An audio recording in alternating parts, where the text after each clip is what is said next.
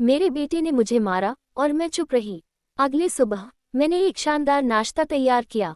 वह नीचे आया, कढ़ाई वाले मेज को और मिठाइयों को देखकर मुस्कुराया और कहा, तो माँ ने आखिरकार सीख लिया। लेकिन जैसे ही उसने मेज पर बैठे महिला को देखा, उसका चेहरा सफ़ेद पड़ गया।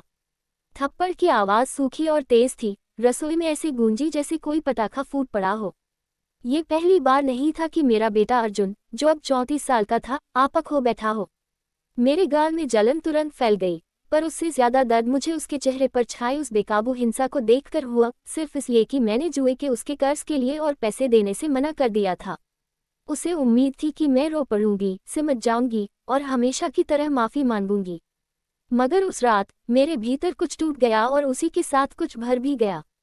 मैंने एक शब्द नहीं कहा, गाल पर हाथ रखा, उसकी आंखों में बिना किसी भाव के देखा और चुपचाप अपने कमरे में चली गई। मैं सो नहीं पाई, रात भर उसकी बचपन की तस्वीरें देखती रही, उस नन्हे बच्चे को विदा कहती रही जो वह कभी था, और उस आदमी को स्वीकार करती रही जो वह बन चुका था। भोर होते ही मैं अजीब सी शांति के साथ रसोई में उतरी। जैसे दिवाली हो वैसे पकाने लगी। उसकी पसंदीदा चीजें बनाई, मटन करी, जीरा चावल, खुशबूदार सब्जी और मिठाई में नान खटाई।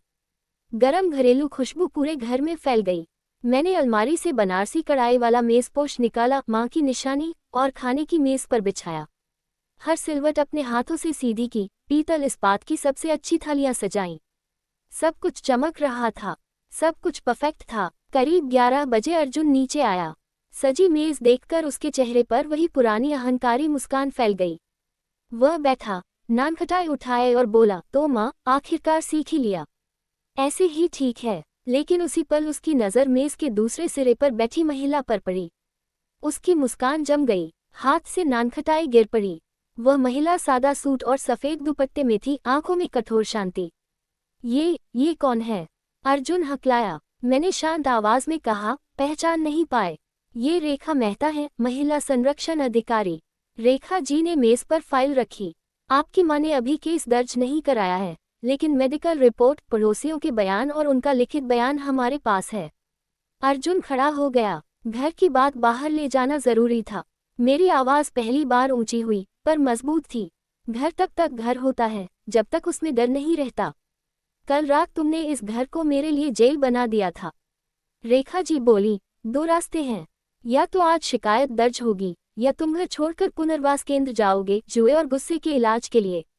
6 महीने तक संपर्क नहीं। एक भी शर्त टूटी तो केस अपने आप खुलेगा। अर्जुन की आंखों से आंसू बहने लगे। वह मेरे सामने घुटनों के बल बैठ गया। माँ, मुझसे बहुत बड़ी गलती हो गई। मैंने उसका सिर नहीं सहलाया, बस कहा, गलती नहीं अर्जुन, आदत, और आदत बदली जा सकती है। वह सिर झुकाकर बोला, मैं जाऊंगा, जैसा आप कहेंगी। रेखा जी फाइल बंद कर चली गईं। कमरे में सन्नाटा था। अर्जुन ने धीमी आवाज में पूछा, माँ, आपने इतना अच्छा नाश्ता क्यों बनाया? मैंने मेज़पोश की सिलवट ठीक की और कहा, क्योंकि आज मैंने डर के लिए आखिरी बार खाना बनाया था। आगे इस घर में या तो इज्जत के साथ खाना बनेगा या बिल्कुल नहीं। उस दिन के बाद उस घर में फिर कभी हाथ नहीं उठा, क्योंकि उस सुबह मैंने चुप रहना नहीं, खुद को चुनना सीख लिया था।